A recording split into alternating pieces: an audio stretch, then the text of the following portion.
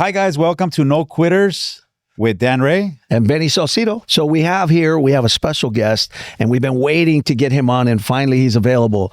But you're talking about mega star, and what him and his family have built is incredible, and we're so blessed to have him here to be able to share his story. And here we have Oscar Ramos. Thank you, guys. Welcome. Thank you. You were telling me that your family came from being a plumber, right? That's how you guys started. Yeah. So my dad in the early 90s, probably before that, just started like his own plumbing company. My dad's originally from the East Coast. Okay. So my dad's Puerto Rican, my mom's Mexican. They met in New York, moved to the LA, and he came out here and was like, well, let me start doing something new. Let me just put this real quick. You guys started from plumbing, right? Correct. And then at what point, how much houses do you guys own at your highest point? How many doors? At the highest point, we owned about 1,400 units. From being a plumber to 1,400 units, guys. You guys got to listen to this story. Yeah. Unbelievable. Yeah, it's crazy. I think it's a lot of times it's just like a lot of dedication, a lot of effort when you're going out there. But he started just doing simple plumbing jobs, and we bought our first house, or my parents bought their first house. We used to live right there on right behind the Western Auto in the city of Bell. Yeah. So, and it's still there. So if you ever drive by and they want to see it, it's there. It's you'll see a fence, and You still own that house? We don't own it anymore. Okay. Yeah, Okay. We moved. Traded up? Yeah, traded up. Smart. Exactly. Good. Everyone goes from Bell to Downey, right? Yeah. Yeah. So that was the move. So yeah, so we were in the city of Bell. He bought the first house. We remodeled it, made it a 2-story. Okay. So after he made it a 2-story, he bought the neighbor's house to the left of us. Uh-huh. So he bought that house, and This was still in the 90s?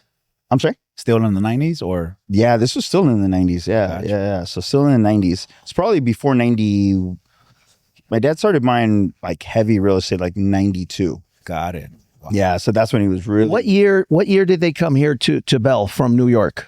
I would probably say right like 79, 80. Okay. Yeah. So 79, 80, and he did plumbing, and he started buying. What year was when he bought his first property? Do you know? So I would want to say maybe 87, Okay. 85 around there. So he started in 87, 89, let's say. Yeah. And fast forward, well, in 2000, you said about 2000, they had 100 doors, right? Yeah. So in 2000, they had 100 doors. That's when I came on board. I came on in 2001. Okay. So I came on in 2001. I actually got fired from my job, from my real job, and started working with my family. Okay. So, and I started jumping from job to job. And at the end of the day, he had mentioned, he said, hey, I need your help. I need your help. We already had a little bit over 100 doors. Okay. And what were you doing before that he wanted you to come here? So just so they know. Yeah. So I was doing construction. Mm-hmm. So I went to school for fiber optics. Okay. Kind of weird. Yeah. So that's what I went to school for. I went to a trade school. My goal was, I had a construction background because of my dad. So when I was like 16 years old, my dad would go, oh, you want a pair of Jordans? Like, cool. He's like, go to work and go. Got to work for him. Yeah, you got to work for him. So when I went to Bosco Tech. Okay. Bosco Tech has they have a construction program. So what's funny about this program, I don't know, I was like 16, 17. I would take my my friends. We would go do plumbing jobs on the weekend. Yeah, so we would just go. You got 2 kids showing up with like wife beaters to go do jobs. So we'd go to people's houses and we'd do plumbing jobs that my dad would refer us. Plumbers. Yeah. So we did work as kids, and we would, buy our shoes and buy whatever we needed at that time. So it was fun. Wow. So just a little different. Yeah. So, absolutely. I mean, that's kind of like how a lot of us were raised. Like if you wanted something, you had to put it. Yeah, you got to hustle. You had to earn it. Right. Yeah, and I think that's what somewhat of I think a lot of people now, like it's learning skills, right? At the end of the day, I think most people forget that. My mom used to push to tell us all the time. She would say, I don't care what you learn, as long as you do the best you can, understand it the best you can, because no one's going to take that away from you. And that was a big takeaway. So I was big about, if you're going to do something, learn it, understand it, accept it.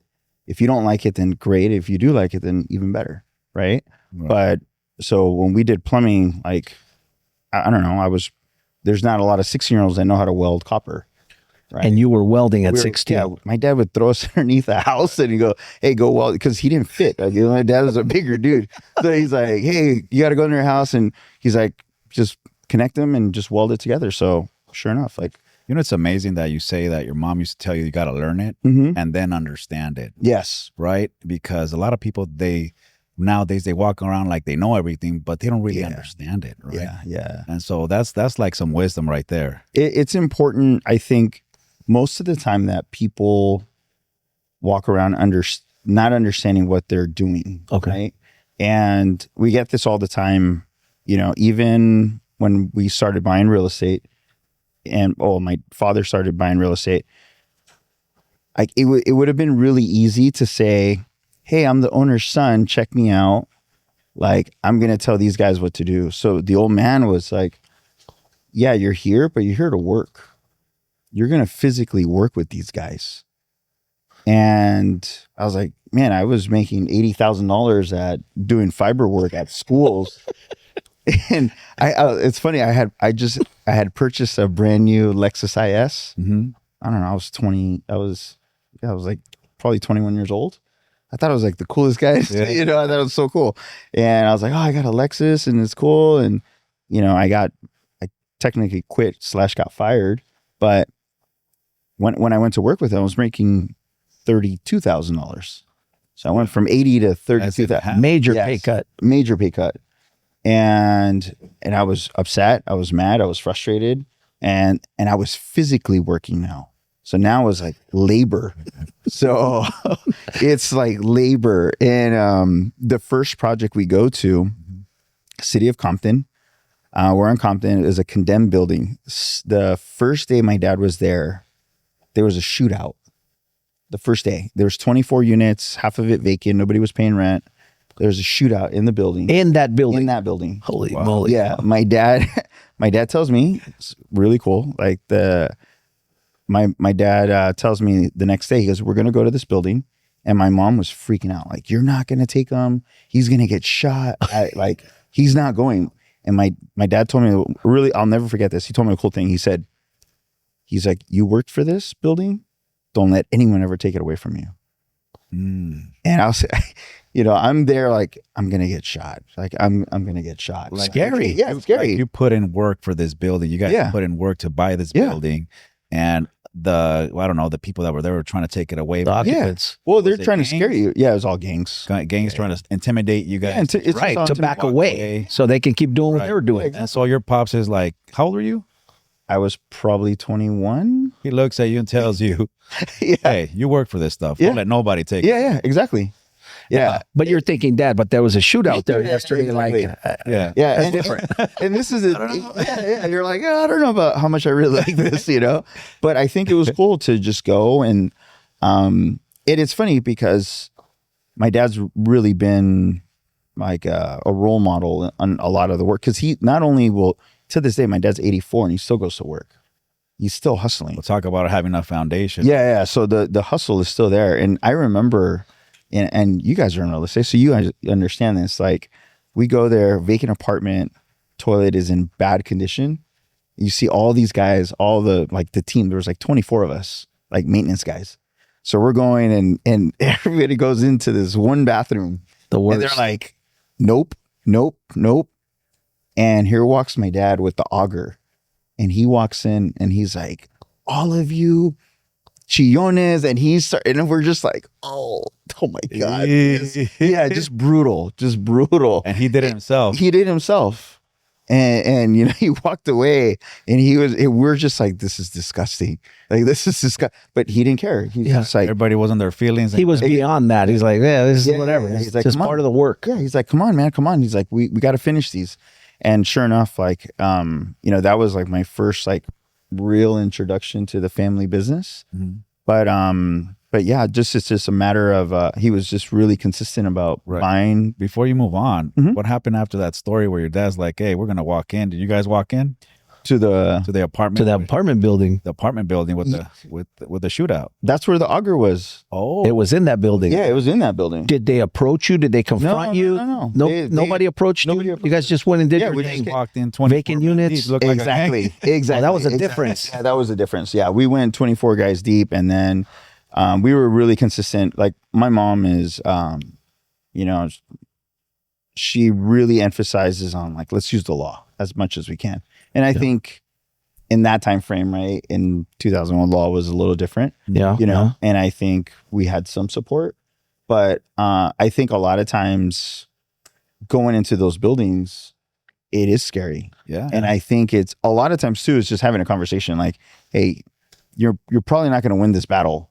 Right. So one of us is going to have to leave. So right. I mean, we hear stories all the time. Oh, I used to live in the hood and all this stuff, but talk about a takeover. Yeah. You bought the building. Now you got to basically kick everybody out. Deal with all the mess. Yeah. You're stopping their businesses because they sell stuff out of there. They do all kinds of stuff. Exactly. And that's the thing. I think about being not feared. Yeah. Well, the problem is a lot of times people say like, I always think this, right? You guys come across guys all the time that say, I want to get a good deal. Right. Everybody wants a good deal. Sure. Trust me. And if I had a good deal, I probably wouldn't sell it to you. Right. But are you willing to put in the work for that good deal? Right. Yeah. Right. Because some of that work is scary. Like it is. Like you got to go. There's a lot involved. Yeah. Well, you don't know what to expect. Where was this at? Right. This was in Compton. Oh. Yeah. So by the Compton swap meet, I don't remember the street, but by the Compton swap meet. Yeah. It's just a different, you got to go in and but that building and that lesson was we actually sold that building to buy in Nevada. Yeah. Got it. Yeah. So go back a little. I want you to tell us, it sounds like your dad made you hustle, made you work. Mm-hmm. At what age did he make you start working, helping? Like the plumbing?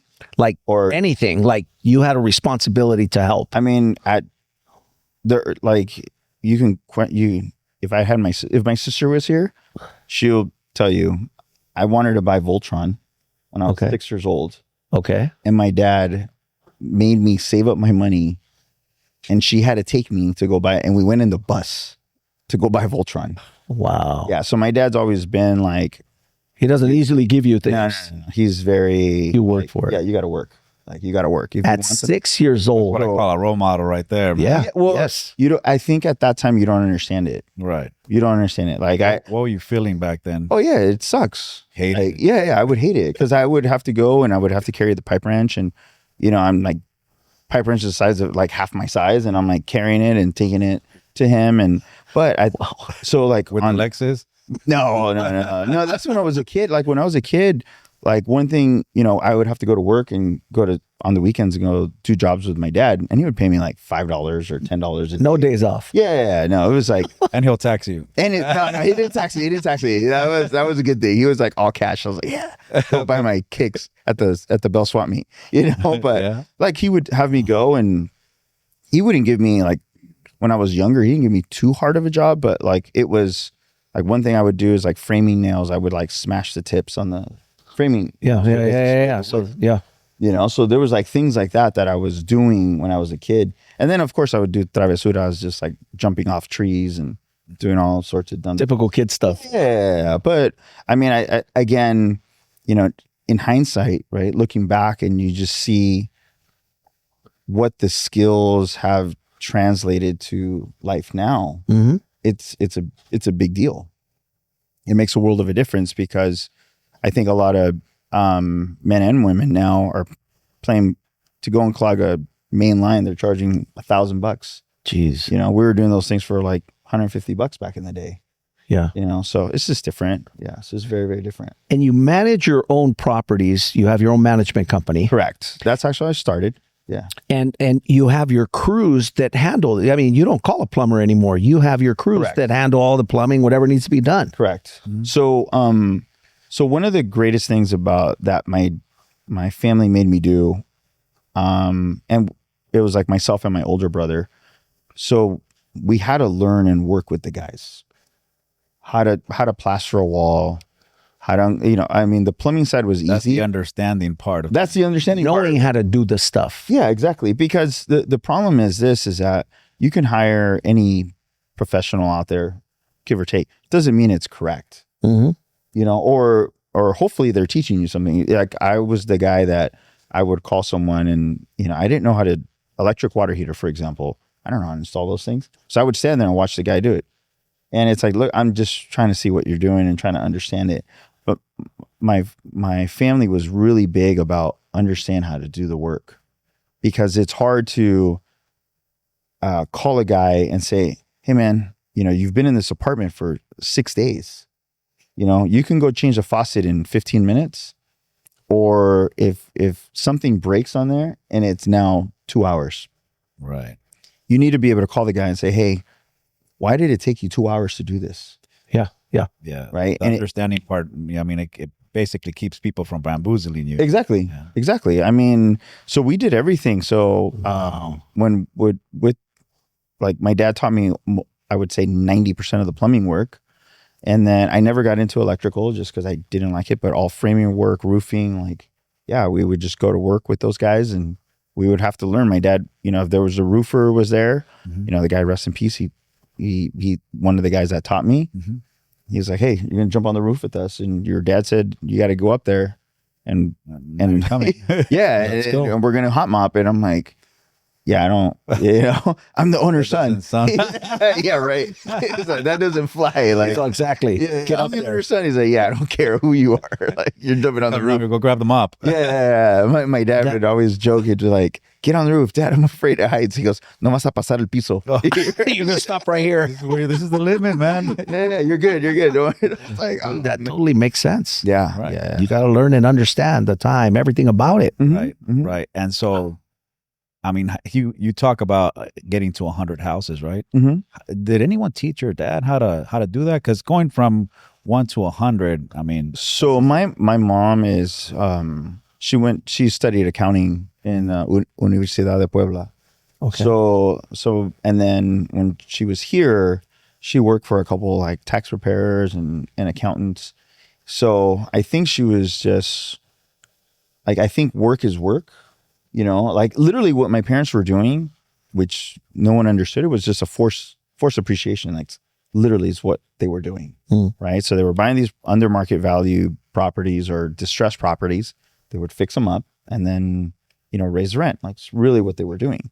So I think my mom is like the brains behind the financing and the numbers. Like, okay, we're going to pay this. We got to make a profit of this. And that's what we need to stick to. So Your dad was just a machine. yeah, my dad was just like, okay, yeah, Machine. just let me just keep working. I think the other big thing is that while we still had these units, my dad was still doing plumbing jobs. That's where I think it was one of the biggest differences, because when we started getting to that over that 100 mark, my dad acquired a partner, which is my uncle. So my uncle's from Puerto Rico, and my uncle's a extremely intelligent person. He's a civil engineer out there, and he funded my dad to start. Like $500,000, I believe, was like the original amount. So he helped my dad to start building their portfolio. Was that when he first started buying, or at a certain point when he was already had Yeah, built? no. Now the money came in when he was probably like 30, 40 units. Oh, Okay, because he saw the possibility, and he's like, dude. Yeah. So, and I think scale. my dad understood that sometimes you just need a partner, and my uncle was generous enough to say, hey, like, let me help you. I'm doing really well in Puerto Rico. The profit I have, it doesn't affect me. And what my uncle was making out there, he was building 300-400 condos in Puerto Rico. So what's $500,000? Like That was his own projects. Yeah. His company. Yeah, his company. Wow. Yeah, they still take the $500,000 off the petty cash box. Yeah, exactly. Yeah. It's money like that. They're like, yeah, just here you go. Like, let me give you the chump change. So your pops takes it to about 30. Your uncle helps him invest with him. Mm-hmm. He takes it to 100, and then they say, hey, I need your come work over here. Yeah, I need your help. And you scaled it to 1,400. Yes. So from 2001 to 2004, I would say 2003. So all I was doing was I would work from 6 a.m. to about 4 p.m. And then I was going to school at the apartment association. So in Long Beach. You were going to school there? Yeah. So I was going to school there. I would take all the classes, taking all the certified apartment management courses, which is the CAM courses. Mm-hmm. So I took all of those. I took my CCIM, which is like, anyone that knows, that's like a master's in real estate. So I took those courses, acquired my real estate license. So all I was doing, taking accounting classes during that time frame. Wow. So I would go to school. I would go in the morning and then go to school, work in the morning, go to school. And that was my schedule for about 3-4 years. At the meantime, we were still buying real estate. So we bought a project on Prospect and Gage in the city of Bell. Mm-hmm. It was like 36 units, condemned building. The city wanted to condemn that building. And that's how we were just trying to buy buildings like that. Yeah. So we would go in and that was like my first real project of architectural. Like I had to bring it back to code. Yeah, bring it back to code, go to the city. So not only was I learning in school, I was actually like physically doing hands-on. Yeah. Hands-on, yeah. I mean, I didn't know how to read. Like I kind of knew how to read plans, but I didn't understand it. Mm-hmm. So that was like my first like real project that my dad's like, you're in charge of this. You take care of it. I don't know, I was probably like 1.5 years in, 2 years working. And he's like, yeah, we got to get this thing up to code. So, and we bought it for 800,000, 32 units. 32 units. Condemned. Wow. Yeah. So we probably put about 500, 600,000 into it. We took out a couple of the units. So it's 24 units now, but those 24 are all 2-bedroom, 1 baths, but it was a full remodel. Like did everything. We had to do all the frame. We did a bunch of framing work. So again, like everything I was like learning, I learned in high school growing up was all applied there, on that one. That was like a big project for me. So once you were done with that project, there really was nothing you couldn't handle. I think, I mean, here you go. First project, 32 houses. Dude. Damn, you got to bring it up to code. Mm-hmm. Figure it out. Not a duplex, but 30 something units. But it was not getting the no, right? Because the next project we had was on Florence and Wilcox. Okay. If you know that area, there's like a lot of motels. Mm-hmm. Bell Gardens? Bell. Okay, it's still Bell. Yeah, still Bell. It's actually a catty-corner to the Hillitro property. But that building was a motel with kitchenettes, a bath, and so there were studios. Mm-hmm. So my dad calls me and says, hey, what do you think of buying this 48 units? What do you think if we bought this 48 unit building? I'm like, this is like, there's drug addicts and prostitutes. And he's like, yeah, don't worry about that part. He's like, we'll be fine. Yeah. He's like, we'll be fine. Past everything. Yeah. So he's like, we'll be fine. And we purchased it not knowing what the hiccups were going to be. Mm. So if you look back in the past, like we actually had to remove a whole section for a fire truck to be able to drive in and out. Oh yeah. So again, just jumping through obstacles of learning, okay, now I got to go to the city. I got to talk to someone. How do I get a semi truck in here? What do I have to remove to get it to work? Right. So it was, my father saying like, well, we already got it. Like, what are you going to do about it? It's like, well, okay, well, I guess I got to figure it out. Figure it out. Yeah. Think about like, man, this is probably, let's just get rid of it, or no, I think it was, a lot of it was, I think I didn't know enough back then. Unfortunately, I think not that I know too much now, but I feel that sometimes we shy away from projects because we're scared. Yes. We're scared. We're just like, should a I? Monster like that behind you, pushing you forward, man. Yeah. Well, yeah. I mean, I think back then it was just like, this is our building, figure it out. And you're like, okay, well, that's what I'll do, So, yeah. So then in 2004, after we finished Florence and Prospect, at that point, we sold our Compton building, and we sold a building. We bought an office building and sold a building that we had in Huntington Park. We sold those 2 buildings, and then the plan was we bought 87 units in Las Vegas, right on University and Spencer. townhouse style, and that was new. No, 82. No, 78. 78. Yeah, 78. So it was 87. No, it's 87 units. We bought it for 40 a door. And my dad was like, all right, you got to figure out how to manage this remotely. Well, since I went to school for TCOM and fiber, so I was like, okay, well, I understand we need a server. And so I just like glued some stuff together. I was like, okay, this should work. So they would remote log in to our server in California, and like we were setting all of that stuff up. Wow. So it gave us the ability to, so that was my first building out of state. And that was also like a gang infested building. It was on a really bad, it's called a Section 42 loan, which is low income housing essentially. And you can't raise the rent depending on the income that people make. So it's just a really tricky loan. Intricate, right? Yeah, it's a really tricky loan. So again, I didn't know what I was getting myself into. It's just like, we have this building, figure it out, let's manage it. And at that time, I was commuting Monday through Friday. So Monday through Friday, I was Sunday night, I would leave to Vegas, work there from Monday to Friday. Friday night, I would drive back home. So, and I did that for 5 years. Yeah. Yeah. Now, during this time, did you ever think of, I'm done, I'm freaking exhausted, I don't want to do this shit anymore? Anything ever cross your mind saying, I'm gonna go screw this thing, or yeah, I'm going to do my own? What? I think I did have a small turning point. So we had the 87 units. The Vegas one. The Vegas one. Then we purchased the property next door, which is 127 units. Is this before 2008? This is before 2008. Yeah. Okay. So we went on a rampage from 2004 to 2008. So from 2004, between that time frame, we bought 87 units, Las Vegas. We bought 127 in Las Vegas next door. And then we bought and some change already there. Yeah, 280 units on Spencer and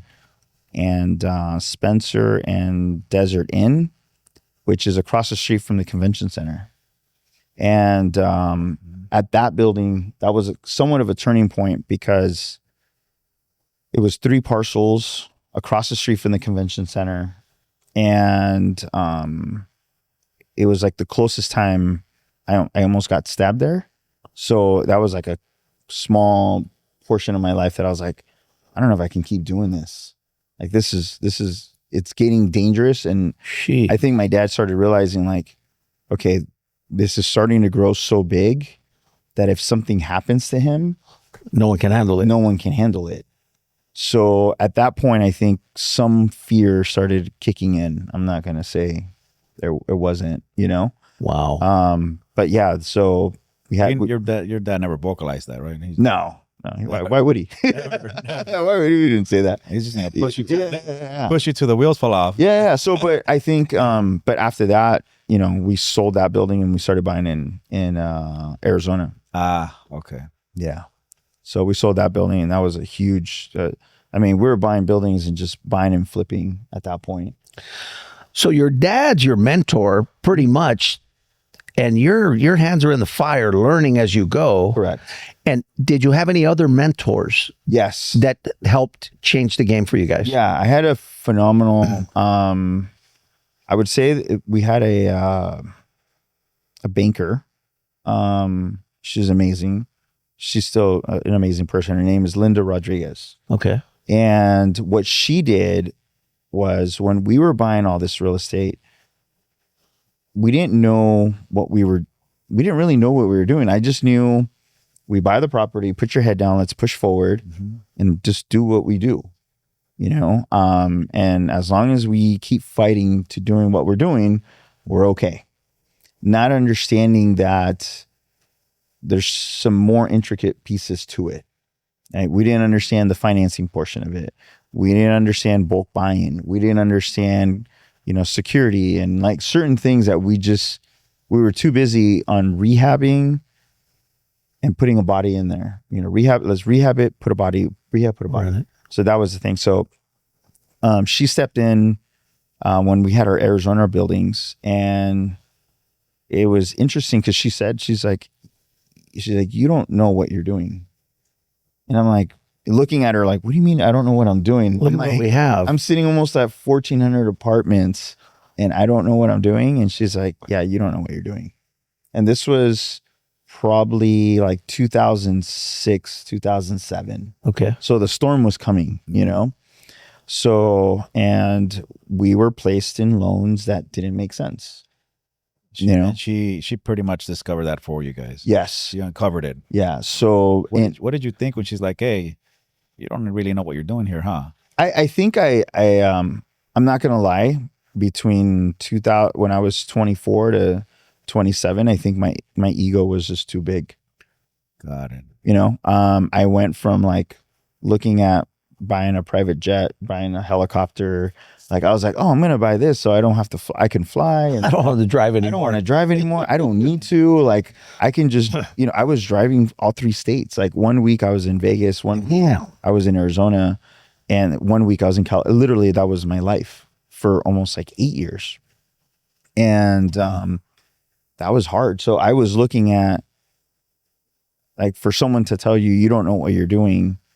And still you had given it your all, exactly, and doing well. Doing well. Right. Yeah, when we had, everything was on, I'll never forget this, on full cylinders.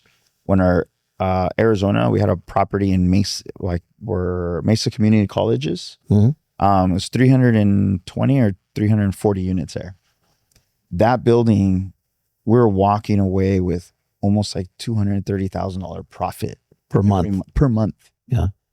And I looked like I was like the smartest guy in the world. Like I was like, look at me, I'm so cool. Like I bought this building and look what I'm doing. And like it's 90% occupied. Like I'm crushing it, you know? And, you know, and then 2008 came. So right. 2008 came, and before we get into 2008, mm-hmm. What did you feel like? You had to have some sort of like understanding when someone just basically insults you, mm-hmm. right? And to be like, well, show me how, right? Yeah. You have to have some sort of wisdom to at least let someone show you how. Yeah. Right? I think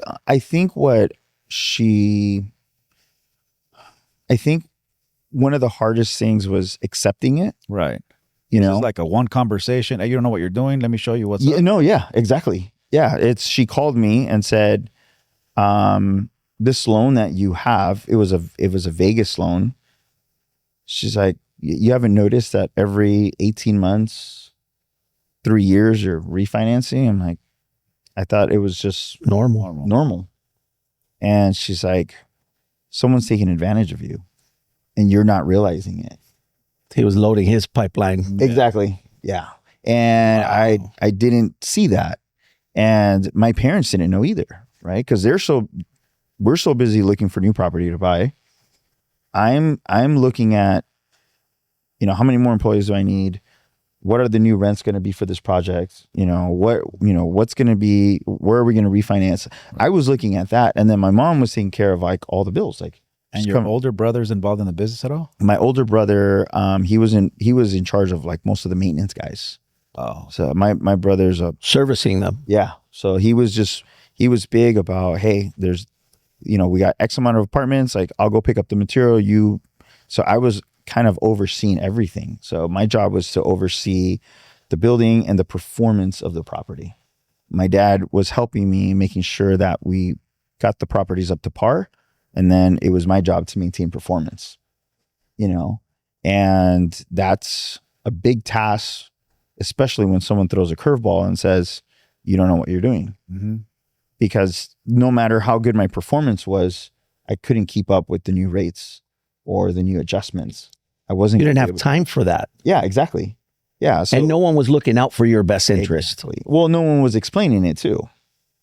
It's easy. Everyone always says they have your back until they don't, right? Until they're like, oh, well, now I'm stuck in this position. Like I'll never forget this. That 320 unit building, that was like the first That was the first toppling to the chess piece, right? But that building, we listed it. We owned it for, I don't know, 8 months, 9 months after rehab. Probably invested about $1 million into it. And the agent was like, you know what? Someone reached out that they want to make an offer.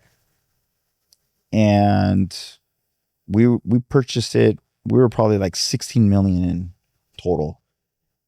And he's like, let's list it. We have someone that's interested in your building, not knowing what he was doing is, again, he's just loading his pipeline, right?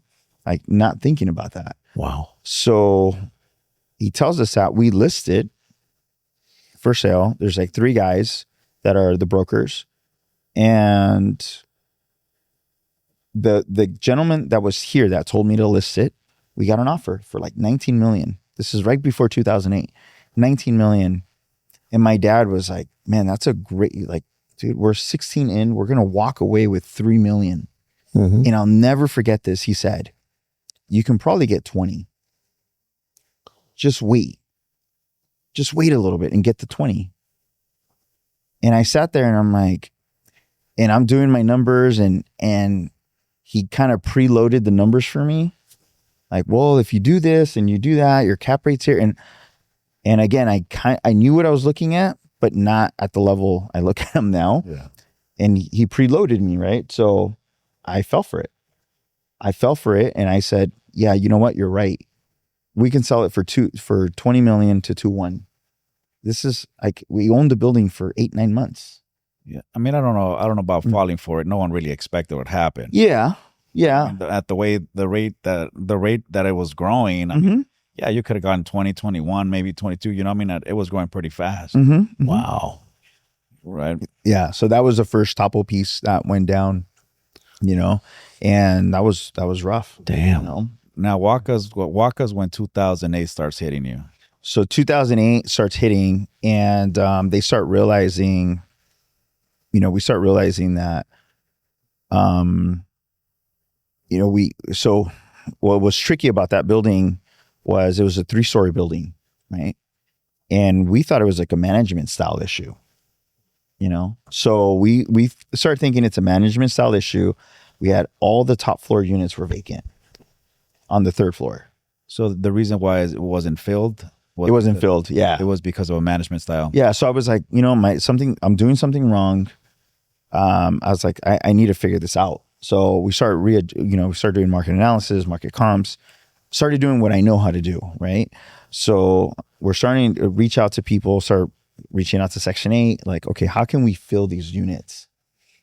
And what we started realizing is that at that point, this is like a real estate rule, especially when you buy in high dense areas, you never want to buy a building where there's hundreds of buildings, right? Because what people do is when they get evicted, they move to the next one. Just move to the next one. It's just, it's unit. Convenient. Yeah, exactly. It's just unit hopping. So what ends up happening, they were doing this, so people were just leaving, like not paying rent, and they just couldn't pay, or they lost their jobs or whatnot, and then they would leave and they would just jump to the next unit. Long story short is that we couldn't get those units. We fired everyone. It's like, okay, it's the staff. They're stealing money, or there's a bunch of vacancies. Like it's a staffing issue. So you went from being management, now it's the staff. Correct. I was looking, instead of like looking at myself to blame, I was looking at everybody else. Who could I blame? Who can I blame?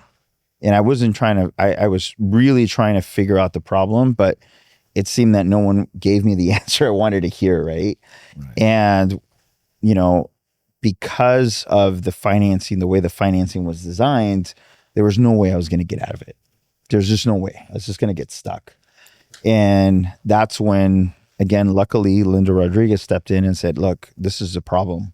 Like, these are the issues you're having, and this is how you need. So at that point is where I really started listening, because I said, okay, I'm going into territory that I don't understand, because I look like a hero from 2001 to 2008, that I knew, I was wearing a cape for almost a decade. Exactly. So I'm like, I know what I'm doing. At that point, I had to sit back and say, okay, I really got to listen. Like I really need to listen and figure out what's going on here. And she came in right when the problem was in hand. Correct. So it's actually really cool. She had decided she knew the market was at a turning point. So she actually took some time and retired. Wow. And she said, well, I'm going to help you. So we actually hired her as a property manager. Wow. Yeah. So now I had full access to her, doing reports, underwriting, analyzing how a property really needs to be broken down. And yeah, she was making good money and we were paying her a salary, but that's well spent money. Mm-hmm. Things that you needed to know. Exactly. She's like, look, there's not much that's going to save you from, if you can probably sell this building. And sure enough, we it's just started, the deeper 2008 got, the harder it became. Mm-hmm. And yeah, we ended up doing a short sale on that building. We lost that one and one other one. And again, it was just realizing that, we didn't know it all.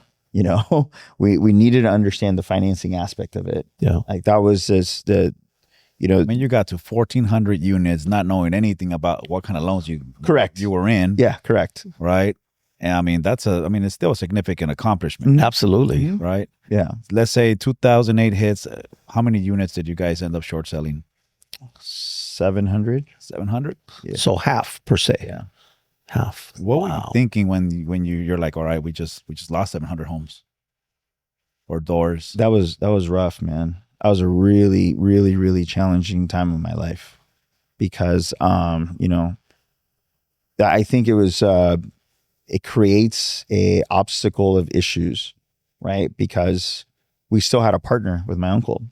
So my uncle thought we were stealing money. Oh, right. I start questioning all my management technique. I joke. Yeah. I joke because I was, and I say this proudly. Like I went from like looking at private jets to helicopters to driving a Prius. Like literally what happened. Like I was like, man, like this is hard. Like this is really hard. Right. Your life switched upside down. Nothing wrong with anyone that drives a Prius. I'm not saying that, but I was just like, this is really challenging. So probably since like 2008, all the way to like 2011, I just really went like dormant. I went to school. I needed to focus. I actually opened up a gym, just because that was like my escape. Yeah. So I opened up. 2008 hits. You're like, you step away from the job that you were doing with your. I didn't step away. I mean, I just wasn't there. Changed his focus for. Yeah. I didn't. You sit when you do mistakes like that, you start blaming yourself most of the time. Right. And I mean, and you isolate. Yeah. You isolate, and I think what the most important was, how am I going to fix this? Or why did this happen? Right. Because people are out there thinking about just calling it quits when they lose a girlfriend. You know what I mean? Right. Yeah. You lost 700 units. Yeah. I think like there's just like certain times that you really need to like sit down and like look at yourself. Right. And I think I sat there and I really needed to like take it all in, right? Because not only do you feel like a failure to your like family, right, to your team, your staff, like that's really hard. Like that's really, really hard because, we had, if I remember correctly, like Nevada was 46 employees. Arizona, there was, I'm sorry. Yeah. No. I take that back. 26 in Nevada, 46 in Arizona, and 10 or 15 in California, not including all the office staff, not including all the district managers. Like, it was you had district managers. Yeah. It's just it was a corporate setup. Yeah. You set it up right. A whole corporate setup with not a lot of knowledge. With regions. Yeah, exactly. You know what I mean? Yeah. So, and you were so busy trying to accomplish and acquire things, but not really focus on becoming what you needed to become. And I think one of the hardest things for most people is that I consider it just like gambling, right? When you're on a roll, you forget when you need to slow down or stop, right? Or pull out. Pull out. So I lost the brakes at that point. You're exactly. just full on. Yeah, you just start going in, right? And I dedicated probably 3 to 4 years on just understanding financing, economics. Like I was like, okay, I need to understand this because I'm not going to let this happen again. So I sat down and luckily my wife is in finance and she's like, okay, you need to like learn this. Like you need to understand how this works. And, her and I never really talk about like stuff like that at home, but I really needed to spend time to understand it. Right. And I needed to go to school and I started working with different mortgage brokers and just working with different people, specialists in that industry. So if you're a mortgage broker that did commercial, I wanted to work with you. So I started working at Marcus and Millichap. Like, I was interning there. I did an intern at Cushman Wakefield. Like I needed to understand exactly how everything works. So instead of just like, winging it. Yeah, winging it. Yeah, really. Like I didn't know how to do a listing contract. You got to 1,400 units just winging it. yeah. Literally. Yeah. Well, it's just hard work, right? Like at the end of the day, it really is just hard work, but if someone puts you in the wrong position, it doesn't matter how much hard work my dad would say is like, you could be in the kitchen wanting to make the best meal, but if you use the wrong ingredients, it's a crappy meal. Yeah. And that would make a lot of sense. Yeah. Right? And so we had to regroup, sit down and really figure out exactly how we're going to fix it. Elevate your skills. Exactly. Elevate the skill. I think that's the one thing that we say in my gym is that everyone gets to 80% good at something and they think they're professionals. Right. And they never get to the skill. They forget how they built that skill. Yeah. Right. Or not understanding that when you get there, there's a whole nother level. Exactly. Yeah. And I think most people don't do that, and I think that, everyone, it doesn't matter. Like you need to continue learning. You need to continue getting better and networking and talking to people so that your skills sharpening up. And the sharper your skills, the better you are. And then not only that, like there's always one guy richer than you. There's always one guy smarter than you. And just, my old fitness coaches used to say, like, if you went to a seminar and you learned one thing from them, that's a win. Yes. Don't walk away saying, I didn't learn anything. It's like, you learned one thing that you didn't know. Yep. And you're being negligent or you're being closed-minded if you're not going to learn that. Right. So in essence, what happened is that it kind of brought you back to the ground, right? And now your feet were on the ground and you rebuild yourself now with the knowledge, with the skills, everything that was necessary for you to actually start running an effective business the right way. Correct. And it made a world of a difference. Luckily my staff stayed with me, a lot of my staff. The guys that we had lost in Arizona and Nevada, a lot of them followed me to other states. So it was rebuilding with a smaller team, but now understanding what we needed to do, right? With the full understanding of what's correct. So, so probably from 2008 to 2011, 2012, I would like to say I was probably dormant at that time. Okay. And we're building skill. I was building skill. Yeah. So maybe dormant and as far as like acquiring more properties and all that had to come to an end. Correct. Right. But then you had to rebuild stronger, rebuild your foundation. Correct. A whole makeover basically. Yeah, pretty much. And so we had to sit back down and understand and what we wanted to do. And so we needed to build capital again. So 2011, 2012, my dad's like, hey, let's buy something small. Let's buy some houses. Your dad again. Yeah. He stepped in. And he's like, all right. He's like, all right, I think stop feeling sorry for yourself. He's like, let's time to put the show on the road. I'm like, he's like, are you ready? And I was like, yeah, I guess. And I didn't want to do it, actually. I'm not going to lie to you. He bought like 5 houses in Vegas for like $30,000, $50,000 each. And it's just buying them and renting them. And Does this affect your dad? not as much. I think it did to a certain extent, but like my dad, you know, to this day, he always says like, I came here with nothing. I'm leaving you guys. If I leave you 10 units or 100 units, more than I ever had, you know, so it makes a lot of sense. Yeah. Now, the focus was you lost 700, but you had 700 that were performing. If you didn't have those other 700, it could have been worse. Right. Correct. I mean, some people only had one house and they lost it all. Right. Right. So that helped you guys keep going, Correct. but you were still stuck in the painful loss. Correct. And so it's 2012 and your dad says, we're going to start buying again. Yeah. And what were the thoughts you were having? Before we get that, is there a way he said it like that kind of, you remember, like, you know, you ready now, bro? You ready to get I think when we bought the houses, I didn't want to be involved. I think my gym was doing really well, like financially. My mortgage, like I was only doing commercial loans for specialty clients. So I was doing really well. And I started questioning, like, why am I doing this? Like, there's no need. Like, I still have these units. I'm making a good salary. I'm making these big commission on commercial loans.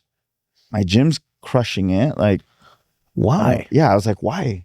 Like, I don't really need to do this. Your dad had to go dig you up. You know, I actually, where he dug me up was literally where he was like, all right, I need your help. I was like, So we bought a property right behind the Stratosphere, Okay. 24 units at 14,000 a door. Jeez. Yes. It was being managed by a 92-year-old lady. Yes. Wow. 92 years old. She lived there with her son. And she's like, my dad goes, what do you think of this property? I was like, it's called Naked City, that area. I was like, this is Naked City. This is like the worst area we can buy. And he's like, but this is a great deal. And I'm like, He doesn't even listen to you. yeah. That's an area where at night you don't see people walking around. Correct. That's how bad it is. It's really bad. Yeah. Yeah, it's really bad. Where's it at? In Vegas. In Vegas. Right behind the Stratosphere. Behind the Stratosphere. Oh, Like between the Stratosphere and Old Town. Correct. no one walks around there. It's dead. There's no one there. Like you're driving through at night and there is no one walking the streets. You'll see maybe one or two people. Yeah. Yeah. It's crazy. Yeah. Wow. So we were there and he's like, what do you want to do? He's like, are you going to help me with this? And I'm like, all right, I guess I'll help you. You know? Yes, I'll do it. I guess I'll do it. But actually the reason why I'm bringing up this story for this particular building is because it was important to sharpen up more skills. And the reason why I bring that is because I got involved. We bought it at 14,000 a door. After now I started analyzing like, okay, do you buy buildings at 14,000 a door or do you buy buildings at 25,000 a door already rehabbed, already operating, right? Like No headaches. Exactly. You start like analyzing that kind of, so you're seeing everything now from a different angle. for a whole different angle, right? And we buy this building. We owned it for about a year, less than a year. And again, here I come thinking I'm the smartest guy in the room, right? So we buy it, we rehab Did it it. take you that much to get to back? Yeah, no, but check this out. Check out what happened. So we buy this building, rehab it, we fence it up, we do all sorts of cool stuff. It's a great building. I think after total costs of rehab were probably maybe 23,000 a door. We sell it for 50,000 a door. Okay. Doubled your money. And I'm like, Oh, because you bought them at 14. I bought them at 14. But all in, you were about 23. Okay, so you more than doubled your money. So I'm like, I'm the smartest guy in the room. I'm super smart. Look at me, you know? 8 months. So a Japanese guy buys it. And literally these guys are from Japan. They come in, they speak no English. They buy the building, all cash, no big deal.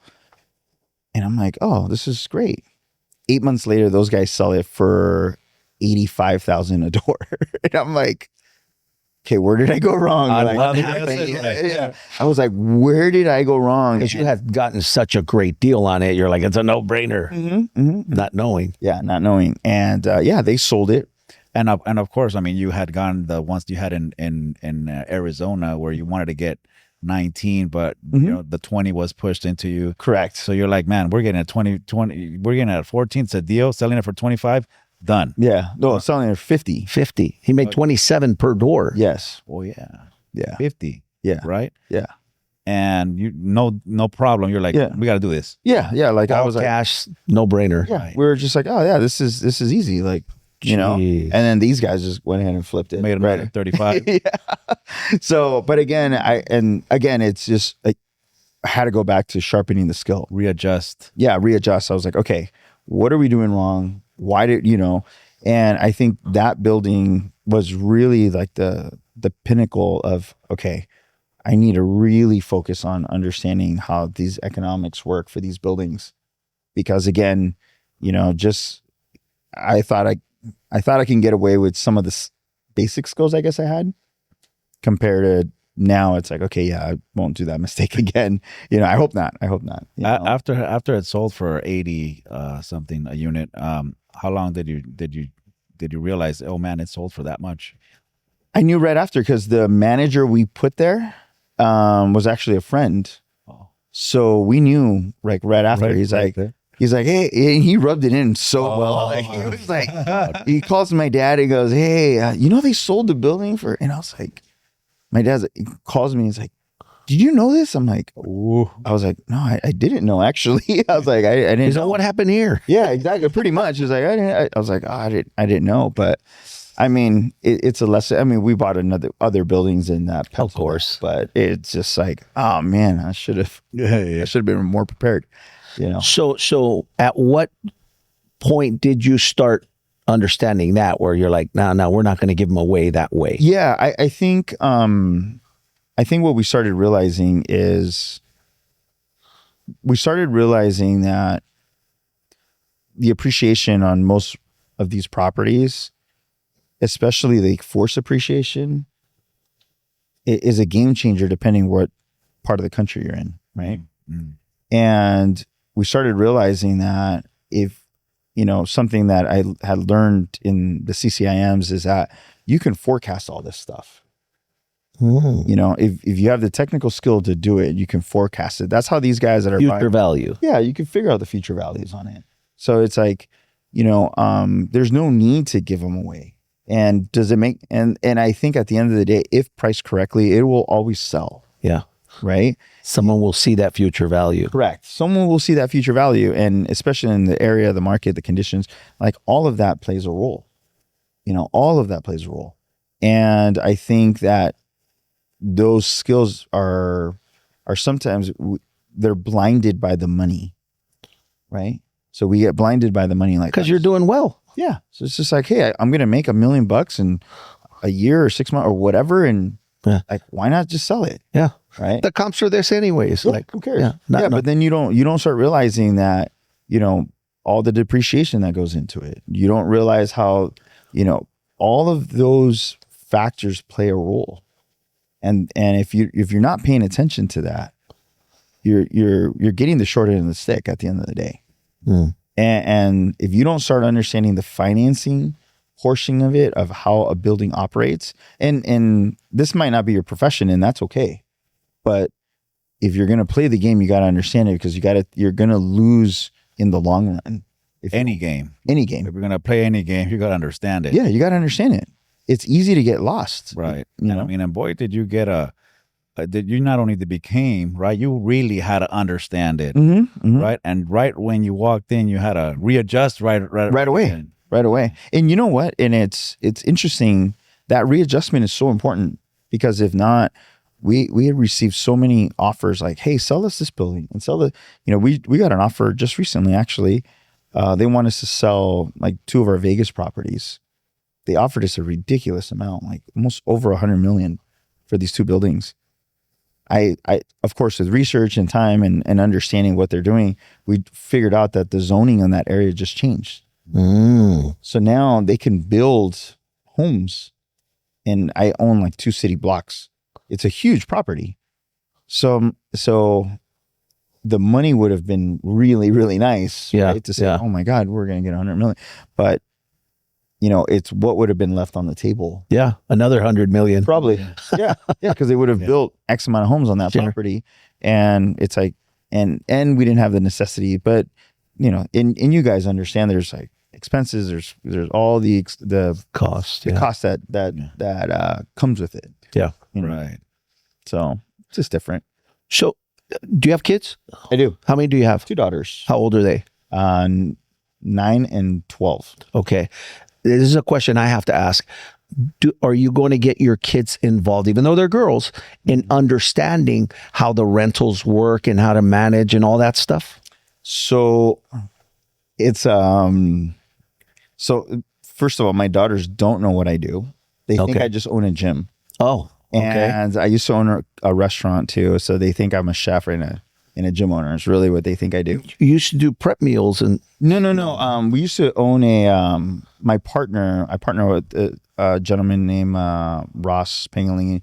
So one of the better chefs in Orange County. If you guys have a chance, go check him out. Where's it at? Orange County. What's the name of the restaurant?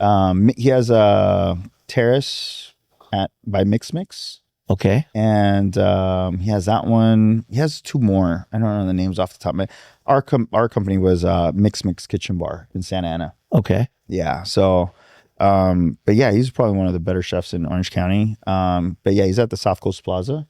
He has 2 locations, 3 locations on the other side or whatnot. But yeah, so that's what they think I did. And so they think I used to be just like a restaurateur. I'm like, but slowly, like we're starting to introduce to them like what dad does. Like it's like, so they're just starting to understand like, oh, so you have this, so they pay you? I'm like, yeah, they pay to live there. It's like, but why? And like it's just explaining all. So I do try to teach them business lessons. Good. That is my number one thing with them. And I think that is one of the hardest things to teach is like business lessons. And the big thing I get crazy with my daughters, but is follow through. Like you got to follow through. Okay. Like they had a track meet this weekend and she was like, I don't want to go. I was furious. I was like, you're going. Like your dad. Yeah. I was like, you're going and you're going to give it 100%. I don't care if you lose, but you're going to give it 100%. I don't care. So in that aspect, but to answer your question, so I apologize. To answer your question, I prefer them to understand how it runs and they can choose if they want to run it. Got it. Yeah. Got it. Got it. If you were to tell someone that's going through some stuff, right? Like I was telling you earlier, there's people that are losing their girlfriend. They're thinking about just calling it quits. Man, you guys lost 700 homes and you bounce back, right? If you were to look at someone that's going through an issue, right? If you were to give them some advice of what you went through, right? To push back, to not quit, right? To just give it your all again, what would you say to them? Man, that's a good question.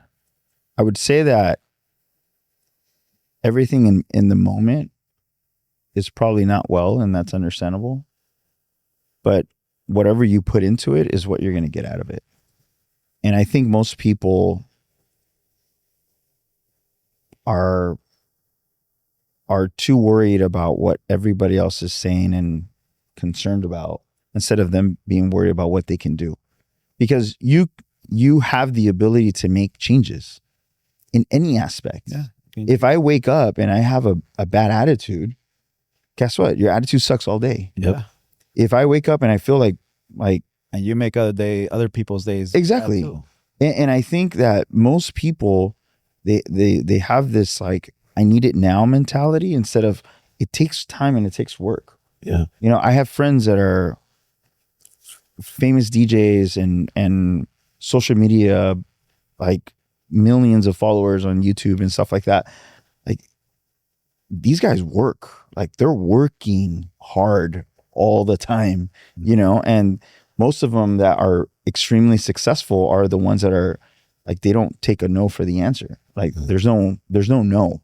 It's like, okay, let me figure it out. Right. And for the guys that are, or men and women that are, they think life is over because of a certain scenario, I mean, that's a hard pill to swallow because there's so much opportunity if you just make the effort. If you just go through it. That's it. You know, it's like a bad workout. You know, like there's a big rule that they say that you know, you don't know what someone has until they go through a bad workout, right? Like we say that a lot in the fitness world. You know, these people that, like my best friend, he's 60 years old. And when you say bad, you mean like rough. Yeah. Right. Yeah. And like you tend to associate yourself with people that have been through the dirt, right? Because those people will guide you and help you. And the problem is that if you're feeling bad for yourself and you can't get out of it, you might need to find new friends, right? That can help you and say, hey, you know Snap what? out of it. Yeah, snap out of it, man. Like, let's get out of this. Like, it's not that bad, you know? Wow. So I don't know, just random thoughts, I guess. Okay. So what's next for you and your family in regards to what's the next goal? Man, so there's a couple things. We want it. This is a personal goal. So I want to get to 1,000 units. Okay. So I want to get there, and then I'll be done. And this time is consciously. Yes. Yeah. This is not, and this is also getting there by skill, not by luck. Right. Right. Yeah. So because some of us get lucky, and I would like to say I was very lucky. I'm very lucky. I'm very fortunate, and I never take that for granted, because if not everybody has the opportunity I've had.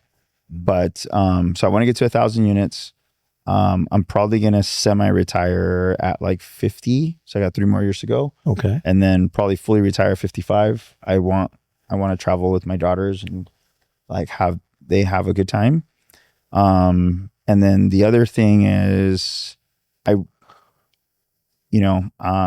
I hope this doesn't come out wrong, but I really feel that the skills I have, I want to help people. I see a lot of people that want to build a real estate portfolio. They're like, how do I get to where you got to? And I think the times are a little different. It takes a different skill.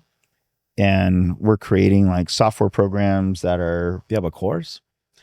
So we should. There's another company right there. Yeah. My friend. Well, we just started. This past weekend we just did for our first seminar was a like leasing seminar. We just started doing that.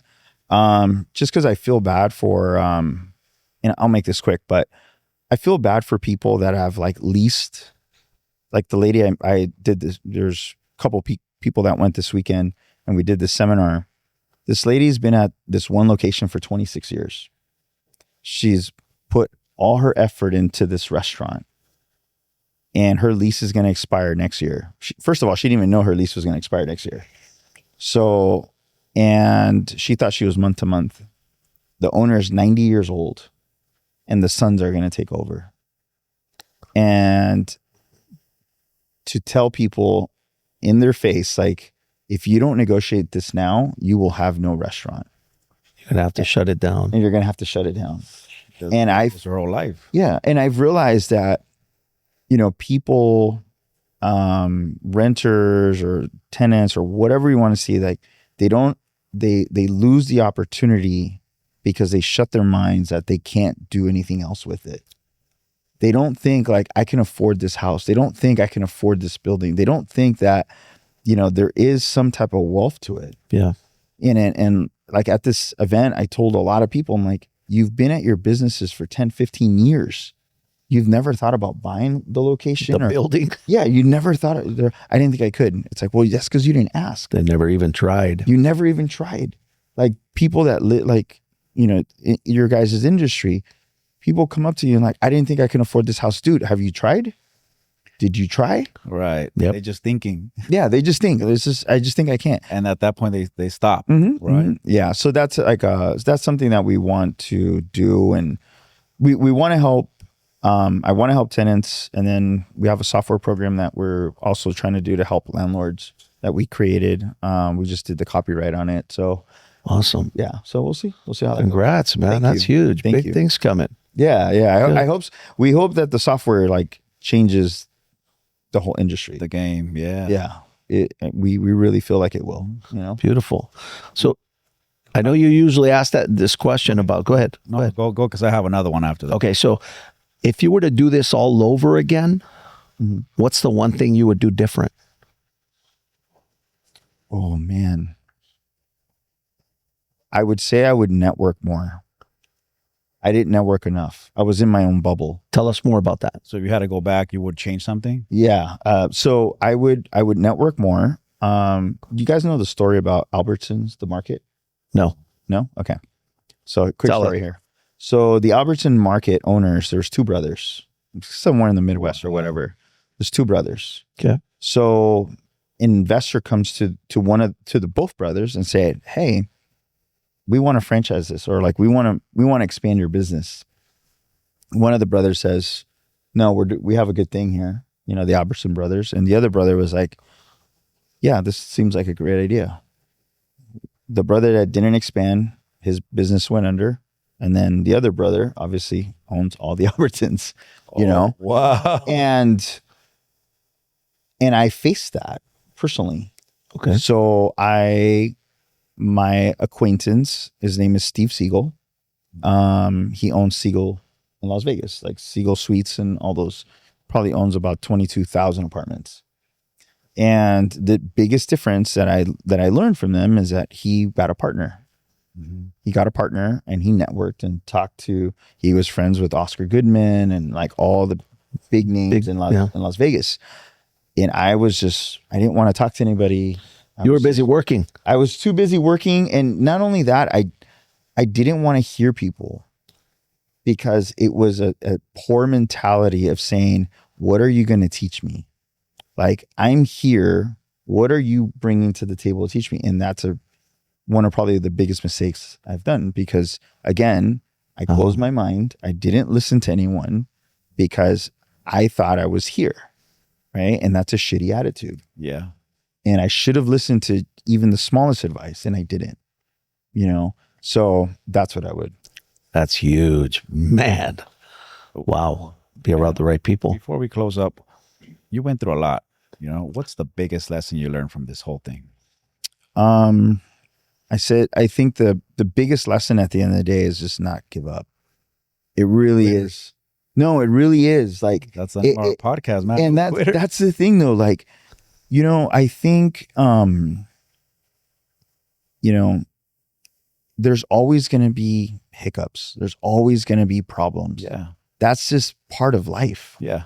You know, and, you know, I'm dealing with a client right now that his phase 2 is he has a bunch of environmental issues and literally told me, he's like, oh, I'm going to give up. It's like, well, let's figure out some options, man. Like, I was like, if you're going to give up, and then I'll buy it from you. You know what I mean? Like, it's like, yeah, if you're going to give it away, like, I might as well take it, you know, but that in my pocket. Exactly. So I think at the end of the day, like, there's always a bad day and that's okay. And there's always a bad week and that's okay.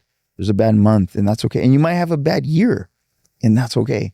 But if you're just going to give up for that, I mean, dude, you have 2 bad years out of your, let's say if you have a shitty lifestyle, right? 65 years of your life. That's not that bad. That's not bad. And some people can't even have a bad moment. Exactly. Right. And they lose it for a while. Yeah. And that's the problem is that you can't, no matter what, like whatever effort you put into it, that's what you're going to get out of it. Got it. And my last question for you, man, if you had a chance to start all over, who would you become? Oh man. And start all over is in like in life, in business, everything. Or today? Yeah. You know, I think I mean there's just a lot of people that I wish I could like mesh into, you know? And, you know, I would love to take like, you know, the hard frame mindset from, you know, like my dad, to take like the creativity of like my uncle, you know, and then like of my mom, like the softness, but the way of how to like talk to people. Like my mom's, tact. Yeah, she's like smooth. Yeah. You know, she'll like tell you off like with a smile, you know, and you're like, good about it. yeah, you feel good. Like, oh man, she just told me that was off. nice. You know? It's like, Thank you. yeah. So like, she's like super smooth and like, you know, like have the patience of like my sister. And like, I think, so there wouldn't be one particular person, but I would say I would love to just gel to a bunch of different people. Yeah. Well, there you guys have it. Anything else for you? Wow, no. Maybe one last question. So having gone through all of that and having to deal with stress, it seems like you can handle quite a bit of stress. I think, okay, so I strongly believe this. Stress is just a mindset of bullshit problems you didn't solve. Right. And if you open up that It's a door, choice. man, because you were going through some stuff. Yeah. Right. But the mentality of yours changed. Yeah.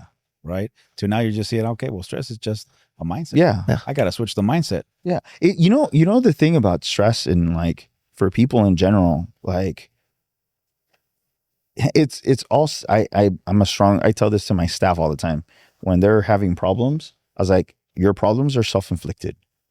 I don't want to hear it. This tenant's an asshole. You rented to that tenant. Yeah. It's like you rented to him. Yeah. So now you're gonna deal with him. Put a gun on your head. Say, hey, rent it. Exactly. Yeah. Person. You know, hey, I have to get to a meeting. I'm rushing. Oh my God, I'm so stressed. You should have left earlier. You should have left earlier. Yeah. You know, oh man, I'm behind on the mortgage. You should have not taken that Cancun trip or buying that Louis Vuitton wallet. Maybe you should have paid your mortgage. You know what I mean? Like, that's really what it is. Yep. So in my perspective, it's all self-inflicted. Beautiful. You know?